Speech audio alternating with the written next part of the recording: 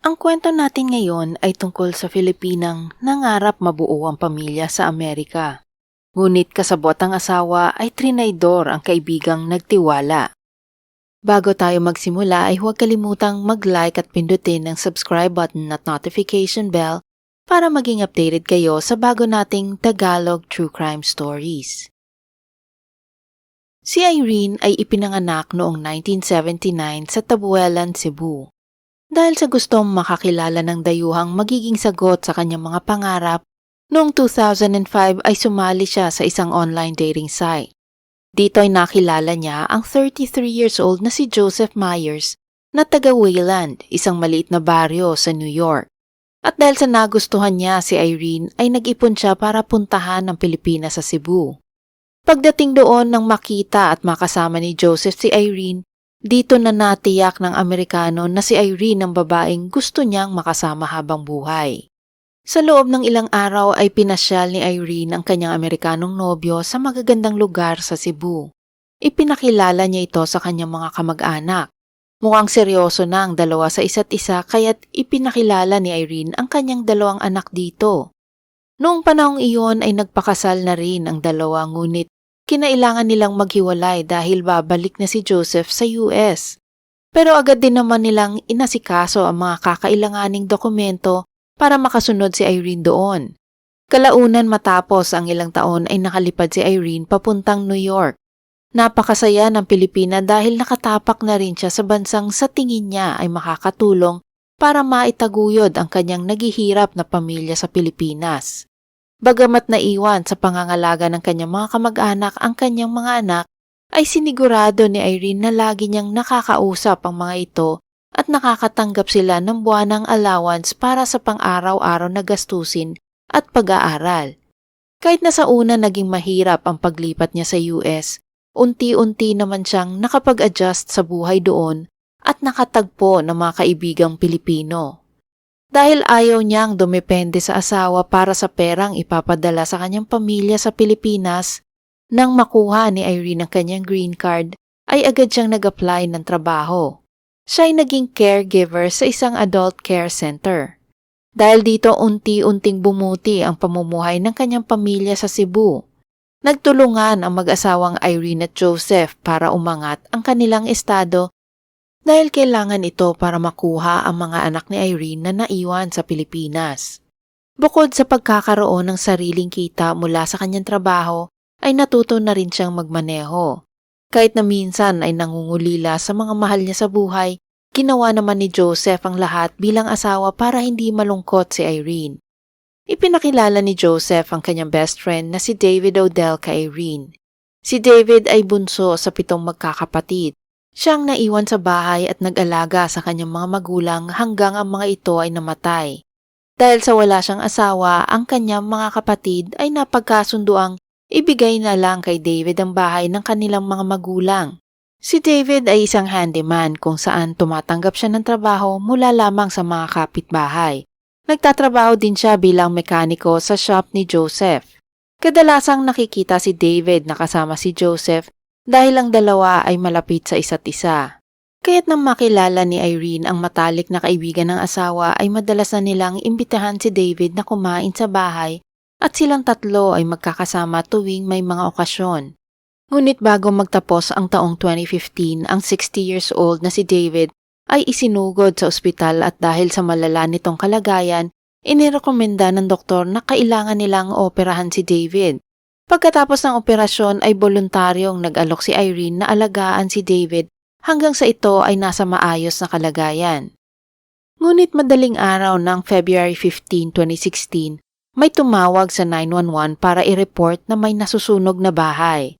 Agad naman rumesponde ang mga bumbero sa lugar, ngunit pagdating nila doon malaki na ang apoy. Habang inaapula ng mga bumbero ang apoy, ang mga kapatid at kapitbahay ni David ay nag-alala dahil baka ito ay naiwan sa loob. Pero ayon sa mga kapamilya nito ay naniniwala silang wala doon si David. Ang sunog ay nakontrol bandang 7 o'clock ng umaga. Abon na lamang ang natira sa bahay. Ang mga investigador ay hindi nagsayang ng oras at kaagad nilang sinuri ang lugar para makita kung ano naging sanhi ng sunog. Habang dahan-dahan nilang sinisiyasat ang mga sunog na gamit at abo, nagulat sila dahil nakita nila ang sunog na katawan ng isang tao. Kaya naman agad itong ipinadala sa medical examiner's office para masuri at makilala ang mga labi. Dito ay nalaman nilang ang sunog na bangkay ay ang 60 years old na si David Odell. Nang malaman ito ng mga kapitbahay ay nag-alala sila dahil alam nila ay minsang tumutuloy din doon si Irene dahil ito ang caregiver ni David. Pero biglang dumating sina Joseph at Irene sa lugar dahil sa narinig nga nilang tungkol sa sunog. Kaya't nawala ang pangamba ng mga taga roon.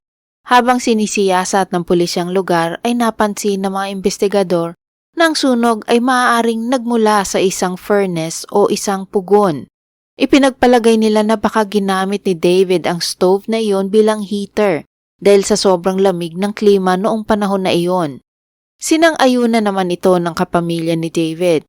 Ayon sa kapatid ng namatay, ilang beses niya itong sinabihan na huwag gamitin ang stove na iyon dahil bukod sa ito ay luma, maaari itong maging sanhi ng sunog.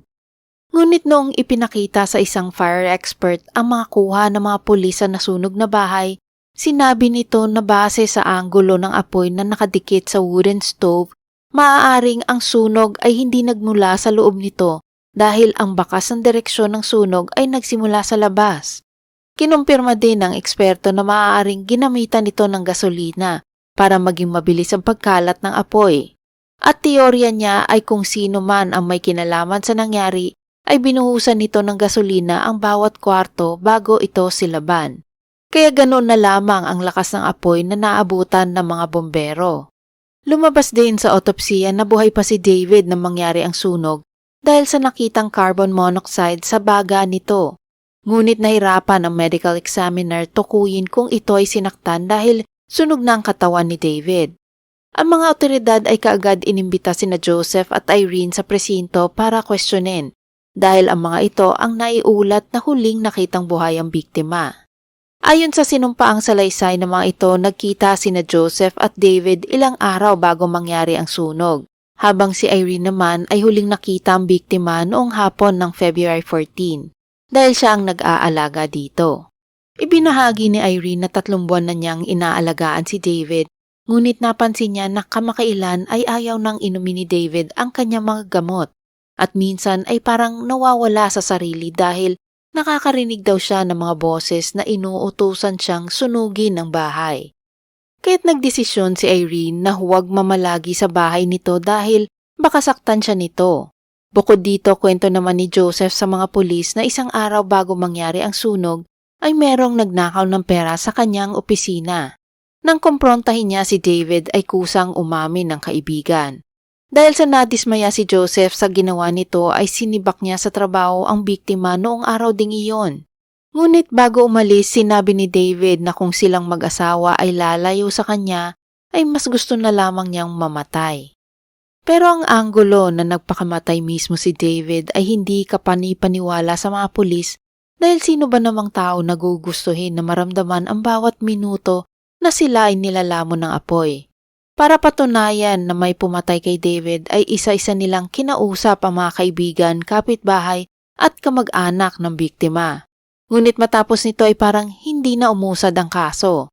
Ilang buwan ang dumaan at walang bagong balita sa kung ano talaga ang nangyari kay David.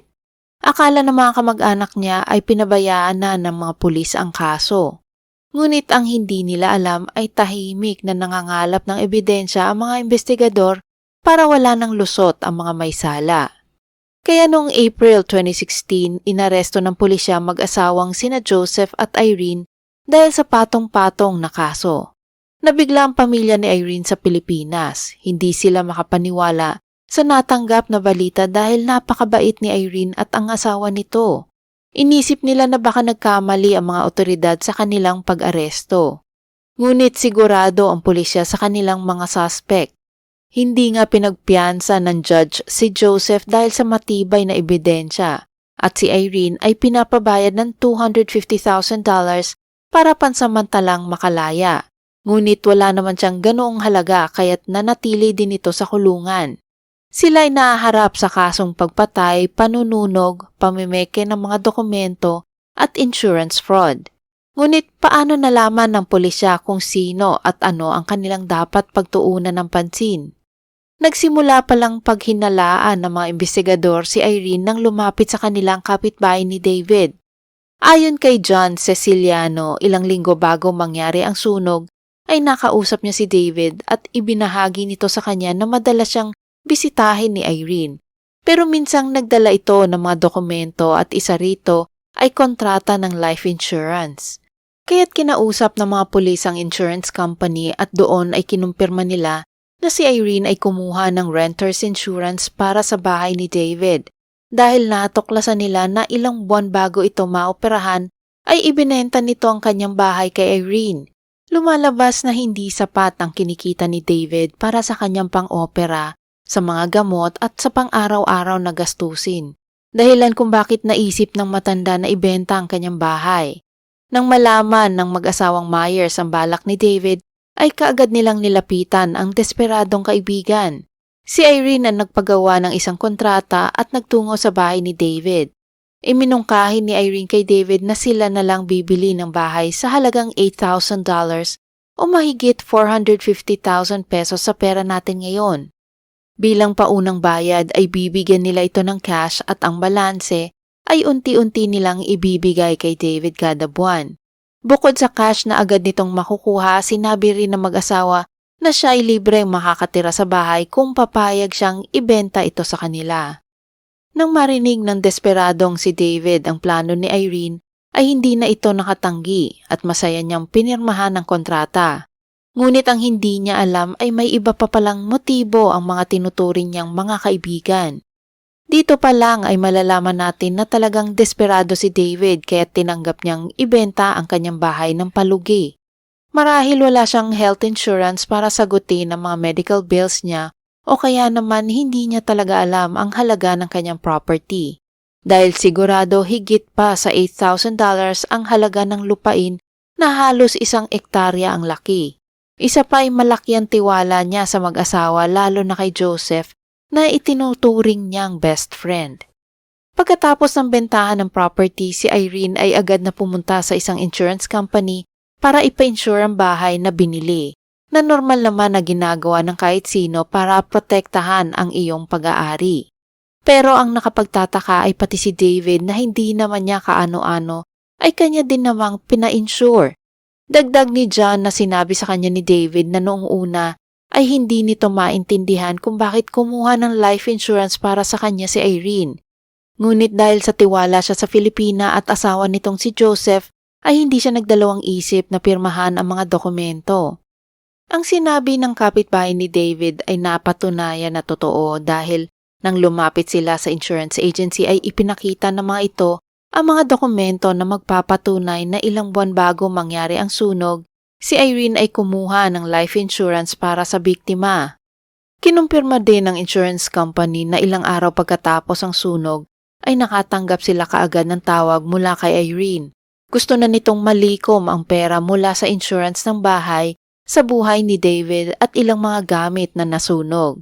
Kung pagbabasehan ng insurance ay maaaring makatanggap si Irene at Joseph ng higit $140,000. Nang sinuri ang bahay ng mag-asawa sa bisa ng isang search warrant, may natuklasan pa silang karagdagang mga ebidensya na magdidiin kina Joseph at Irene. Sa kanilang paghahalughog ay nakita nila sa mesa ni Joseph ang ilang bote ng mga gamot na inireseta ng doktor, patunay na hindi pinapainom ang gamot sa kawawang David. Bukod dyan ay nakita din ng mga investigador ang ilang mga gamit ni Irene na sinabi niyang nasamang nasunog sa loob ng bahay para makakubra ng insurance claim sa mga ito. Natuklasan din nilang may mga CCTV ang bahay ng mag-asawa. Nang tinanong nila si Joseph kung gumagana ito ay sabi niyang oo, ngunit nabubura daw ang laman nito makaraan lamang ang 2 araw. Pero kahit ganoon ang sinabi niya, kinumpiska pa rin ng mga pulis ang record ng CCTV para masuri.